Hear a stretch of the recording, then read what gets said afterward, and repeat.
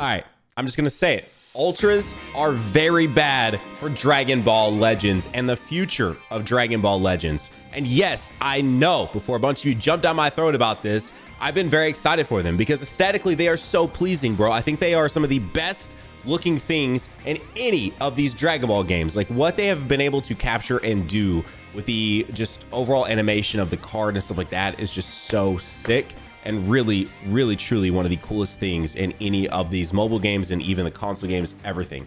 Ultras look amazing, but they are incredibly problematic because right now they are totally free to play, and that's great. And I love that they are totally free, but the issue is that now this new rarity exists in Legends, and it is only a matter of time before they ask us to pay them money for them. And the thing is, I just want to get this out here up front.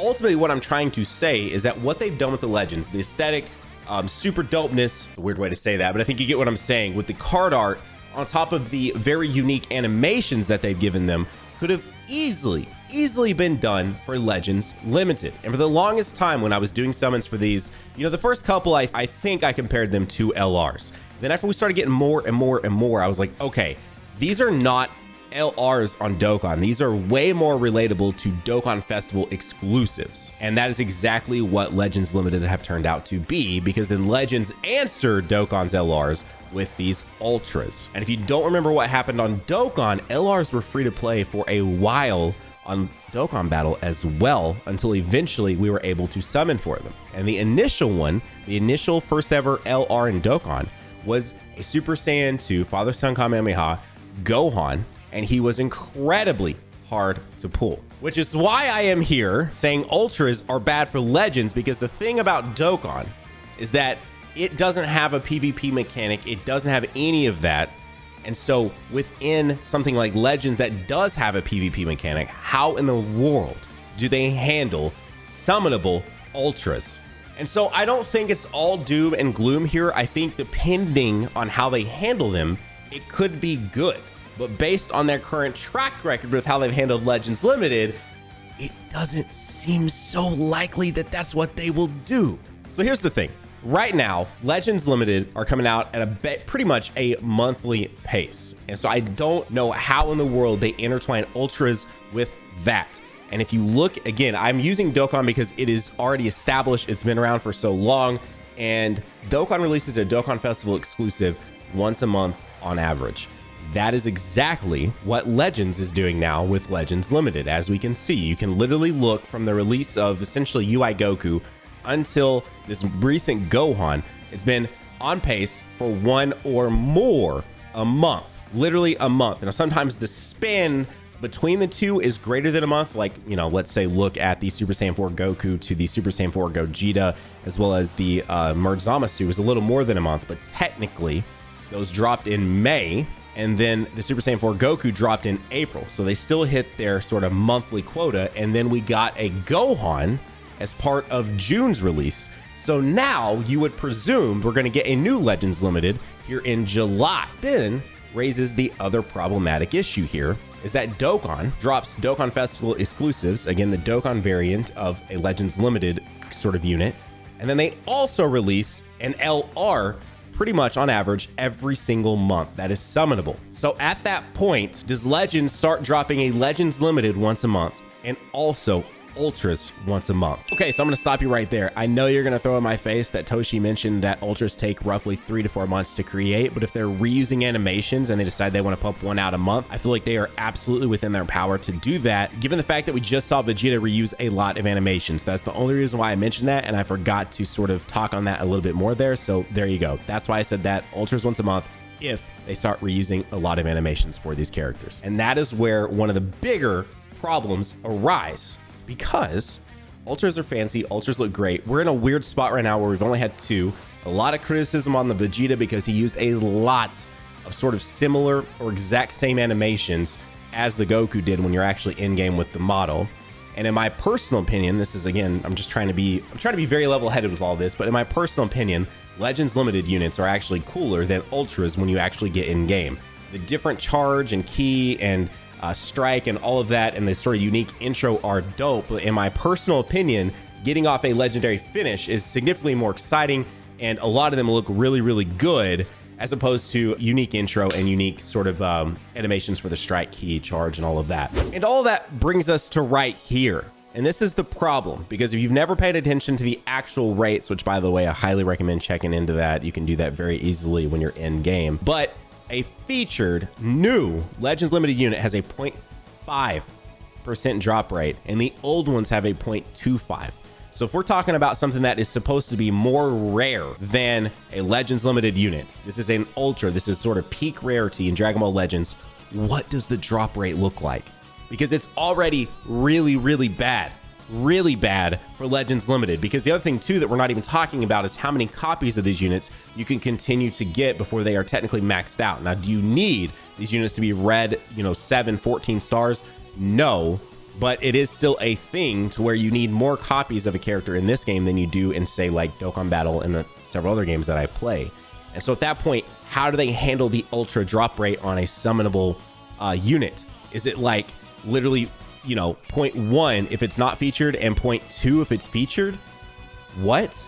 And then on top of that, on top of all of this, is how do they handle summonable units and their power? Because if they're going to make the drop rate on a unit be something lower than even this, right? Because again, to them, the rarity is higher than a Legends Limited SP. This is an ultra. We're talking about a summonable ultra.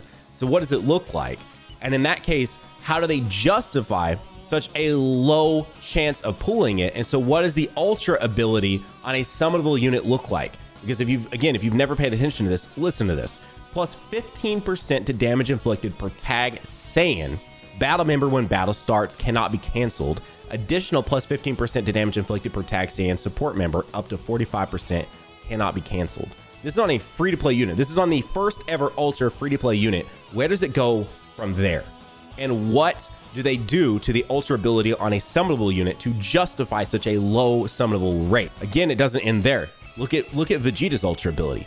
Plus 10% to damage inflicted per episode Frieza Saga from Z. Battle member when battle starts cannot be canceled. Additional plus 10% to damage inflicted per episode Frieza Saga Z support member up to 30%. So if we're sitting here looking at these two units being totally free, totally obtainable without spending any sort of chrono crystals and money, then what do they do to justify the rate within the game?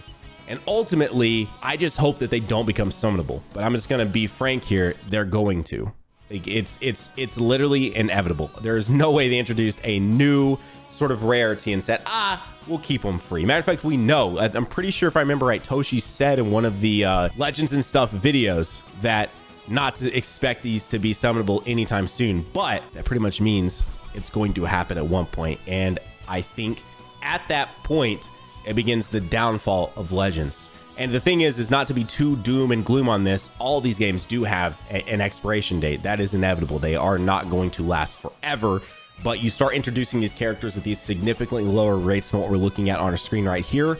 And I just don't really want to know what that looks like, if I'm being totally honest with you. But the unfortunate situation is I think we're going to find out very soon, or at least sooner than later. Like, I would imagine we're going to see our first summonable ultra within the next, 7 to 9 months, if I had to guess. Like, I don't think we make it until the next anniversary before we have a summonable ultra. And I may even saying 7 to 9 might be being too generous for it, if we're being honest. So at that point, you are very much so introducing a thing that is going to just push that expiration date up so much farther. It's like letting milk set out and expecting it to be good. You know what I mean? It's just not good. That was the dumbest analogy metaphor type thing I've ever used in my life. But if you leave milk out, it spoils. Okay, that's what I mean. And the expiration date is in 2 weeks, but if you leave it setting out and it gets room temperature, and then it's basically shut up. So all of this whole video to say, I think ultras are cool. Am I still going to react to them? Am I still going to get excited about them? Yes. But when they become summonable, am I going to be very sad? Because I think depending on how they handle them, they're going to be very, very, very bad for the game. Yeah, I'm going to be incredibly sad about it. So here's the thing. If you are watching this, Toastie or anybody over there that handles Legends, please be smart in how you integrate these as summonable units. Also, for the love of everything, if you're going to make them summonable, consider giving them an actual legendary finish at that point. Like if I'm going to be summoning for a unit that is considered ultra, I want more than a cool, unique intro. I want unique intro. I want unique sort of actual animations on every single thing, not a copy pasta. Again, it's way too early to be jumping down their throats about that, because it's very possible that Vegeta just has similar animations, but the next free-to-play ultra will be completely and totally different. So that's worth noting. But also, at the end of the day, give them a legendary finish too, because why not? And that's the video. What do you think? Ultras, summonable. Will they be bad for legends? Will they not? I can't imagine anyone saying, yes, I'm excited to summon for an ultra that has a lower rate than a legends limited. Just no. And if they really do release ultras as summonable, and they really do give them a lesser rate than what is already a very low rate for a legends limited unit, they better just implement a pity system as well. I'll say there already needs to be a pity system in legends. And if ultras really do, and not really do, when they become summonable, there definitely needs to be a pity system within legends. It will be absolutely ridiculous at that point. So anyways, guys, let me know your thoughts down below. I would prefer them to not do this whole ultra thing, not make ultra summonable, because I too truly believe this right here, that ultras will be the end of Dragon Ball Legends. So y'all have a great day. Keep on keeping on. Nanogenix on off. That was very doom and gloom. So I want to end on just a positive note. I hope you guys have a wonderful day, a wonderful week. Nanogenix off, and I'll see you all in the next video.